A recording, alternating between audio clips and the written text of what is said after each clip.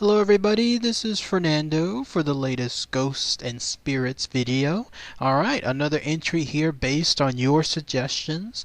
This one I had to go back into a couple of videos in the past at some of the other suggestions videos, only because this time around it looks like the suggestions are a little bit light, so I wanted to check out some of the earlier suggestions and see what stood out. And I totally forgot about this one. This one was one I was going to mention in one of my future videos because it is a pretty famous haunting of sorts. I'll show you the picture here in a minute and you will absolutely recognize and see that it's a very, very famous ghost picture. So it was great to see this suggestion again and then talk about it here. This one, to this day, apparently this ghost still haunts the particular location there in England.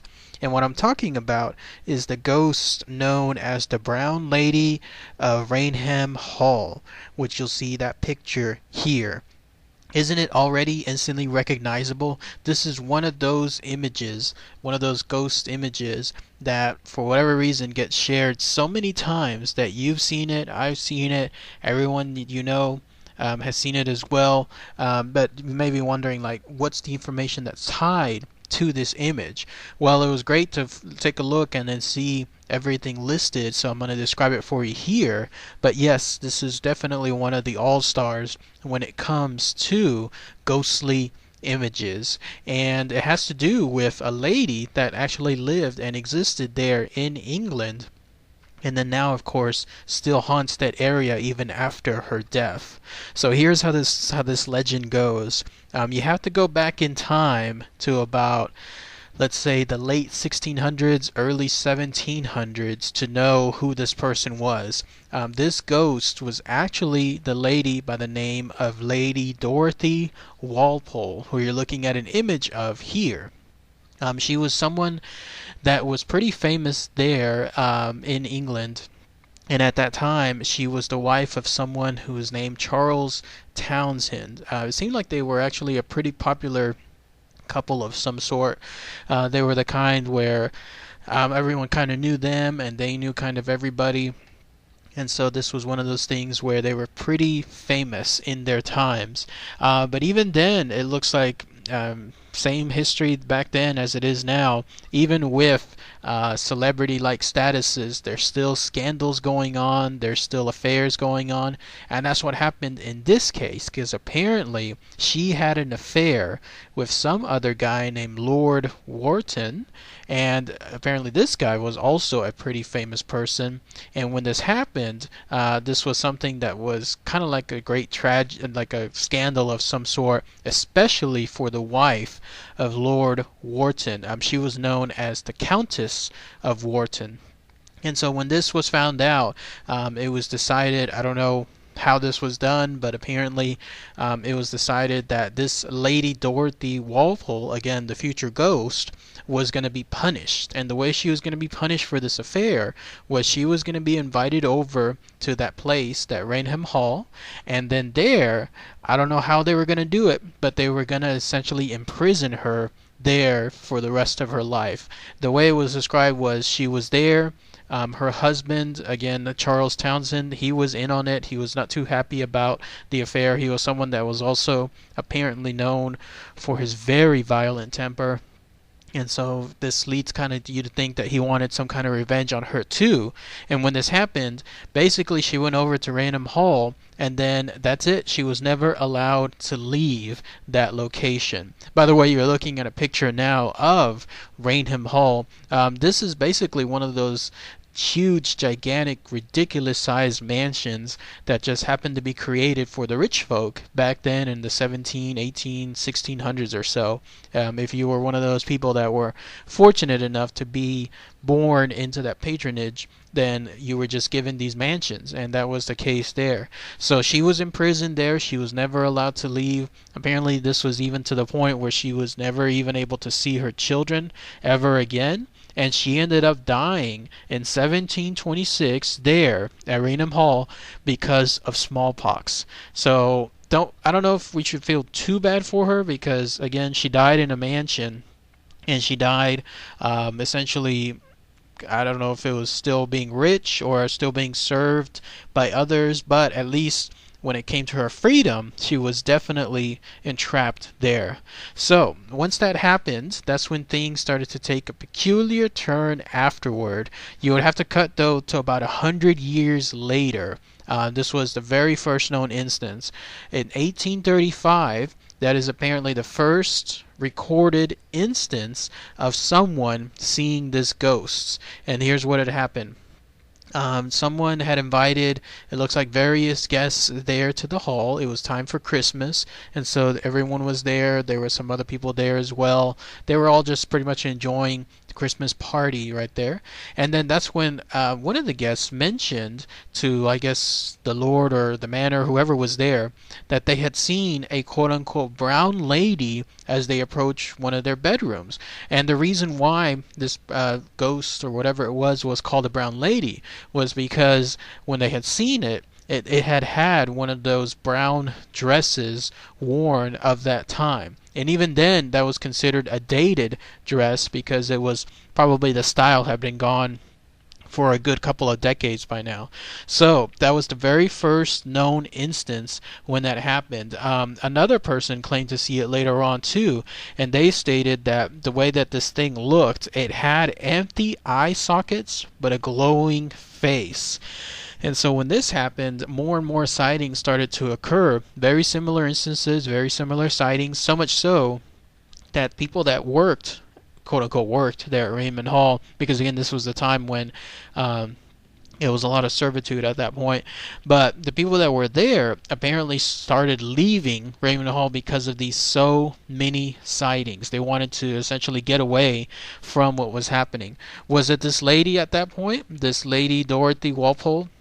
Again, she was the one that was entrapped there and basically died, still trapped there in Raynham Hall from smallpox. That's what people were thinking. One of the best known sightings, though, came the year later in 1836, and this was by a guy named Captain Frederick Mary, who you're looking at a picture of here. He described what is still one of the best instances when it comes to an encounter with the Brown Lady of Raynham Hall. It's a long tale, so I'm just going to sum it up for you here. But basically it was this. He had heard about these sightings. He wanted to kind of see it for himself, but he kind of went with the angle that he thought the local area there full of smugglers were basically making these stories up to make sure that people wouldn't come around and stay away from that area. I guess the smugglers, in his idea, wanted to smuggle things for themselves, and so this was a way to keep people away. And so he just wanted to go in with that theory. He planned on staying 3 nights within the actual Raynham Hall itself. And the first night, nothing happened. Second night, nothing happened. He stayed there, in fact, in anticipation, in the sense that he always carried a loaded revolver with him, even under his pillow when he was sleeping, just in case if he truly did see something. Also, when he was there, he brought along 2 young men. Apparently these were nephews of someone that was there. And so on the 3rd night, they knocked at his door. I guess they were trying to find something to do. And so they woke him up in the middle of the night and said, "Hey, check out this gun that we have. It just arrived from London." And so this guy Frederick, he decided, yeah, let me go ahead and kill some time and see the gun that they have. Again, this is the middle of the night, so he came out in just basic shirt and trousers. And when that happened, he went and inspected the gun. And then when everything was finished, they were about to go back to their rooms when all of a sudden they saw, and this was down a long dark corridor, they saw that there was something like a form of a light, like something was holding a glimmer of a lamp, is the way he described it, and it was coming slowly towards them from the other end of the corridor. And because of the lateness of the night, they all easily presumed that it could have been one of the other servants, someone that was, I guess, visiting the location. The way he described it there, it was one of the ladies going to visit the nurseries, and so they thought that that was the case too.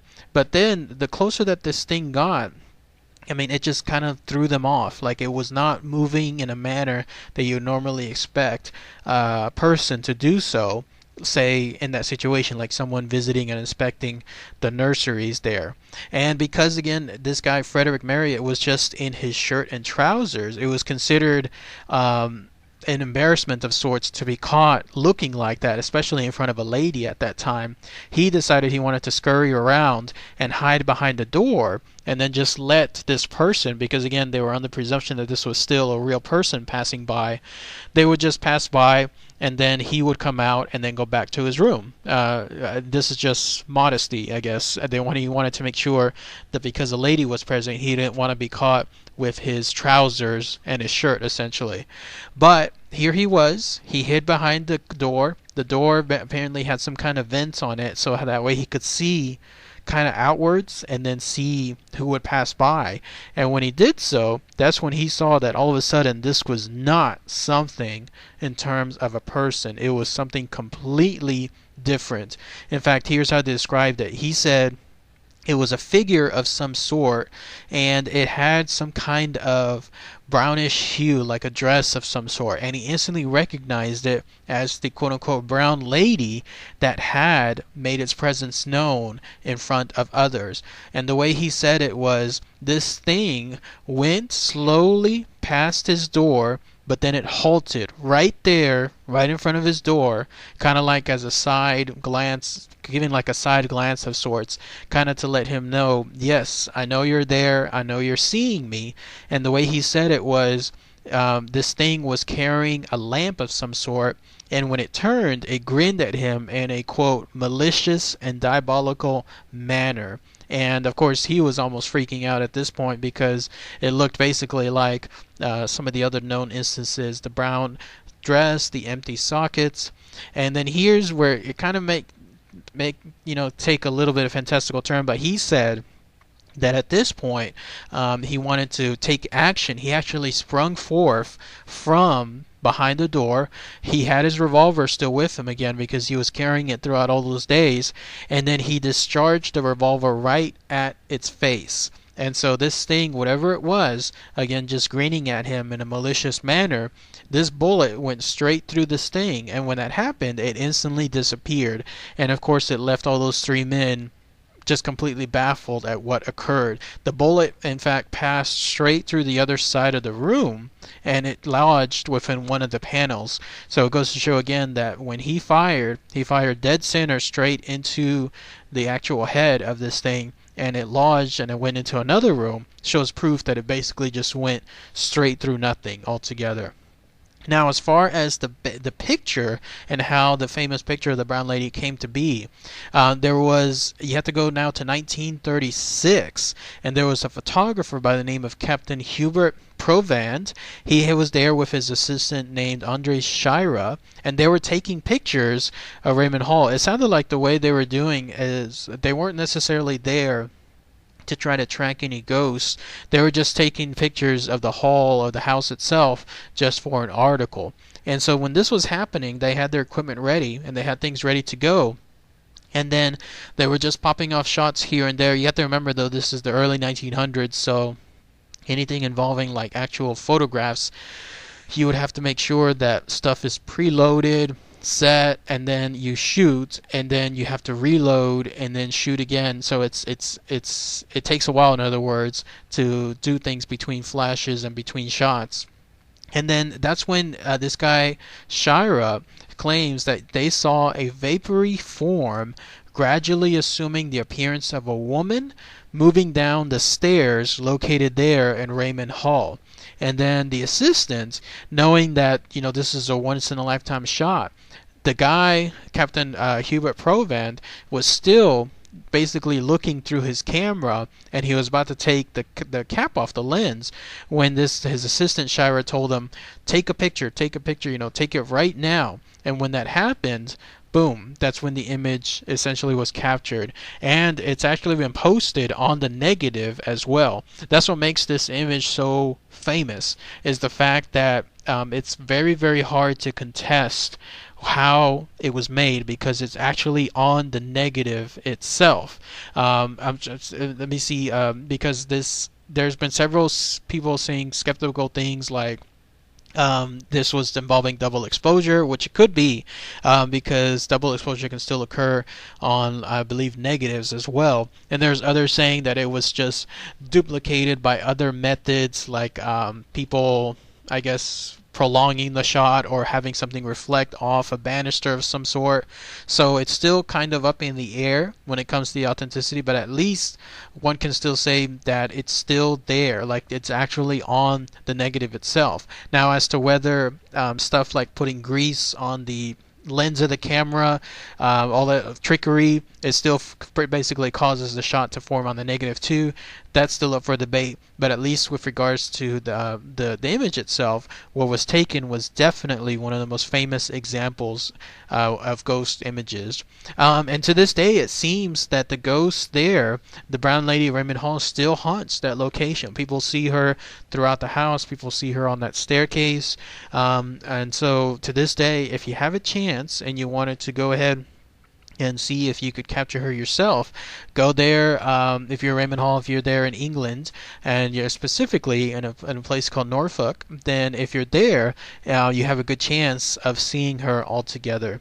So what do you guys think? The Brown Lady of Raynham Hall, again, one of those situations where it's a picture you've seen, it's a picture that I've seen, and now we both know the history tied to this picture. If anyone has any more information or any more sightings, if anyone has visited that location, please, all those three items, if you have anything like that, post those comments. It'd be great to hear. So, all right, everybody, thanks again as always. Take care.